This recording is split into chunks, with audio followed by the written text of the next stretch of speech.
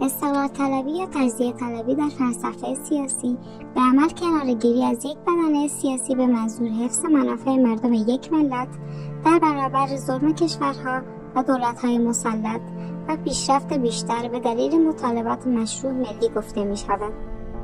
در دنیای امروز ملت‌ها، اقلیت‌ها و احزاب سیاسی بسیاری برای به دست آوردن استقلال از کشورهای مطبوع خود در تلاش هستند و دانشمندان علوم سیاسی مانند آلن بیوکنن، رابرت مکی، آنتونی برچ، جین جیکوبز و فرانسیس کندال و غیره این خواسته آنان را بر حق دانسته و از آن دفاع کردند.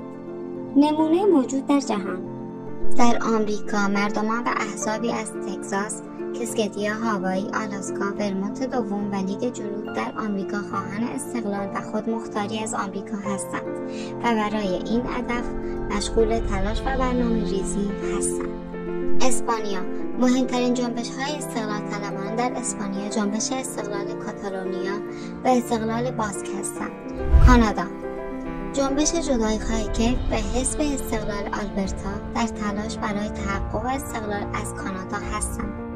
بلژیک: جدایی‌خواهان فلاندری زبانان ناحیه فلاندر و بروکسل خواهان جدایی از بلژیک هستند و احزاب سیاسی به صورت رسمی مشغول فعالیت هستند. بریتانیا: احزاب ملی‌گرای اسکاتلندی از مهمترین احزاب استقلال طلب در سطح جهان هستند که آزادانه برای استقلال اسکاتلند مشغول فعالیت هستند.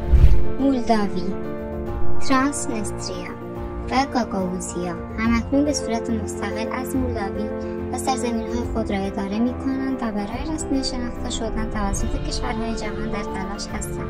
هلند: ملت فریسی با کمک حزب ملت فریسی از راه‌های دموکراتیک برای استقلال از هلند در حال مبارزه هستند.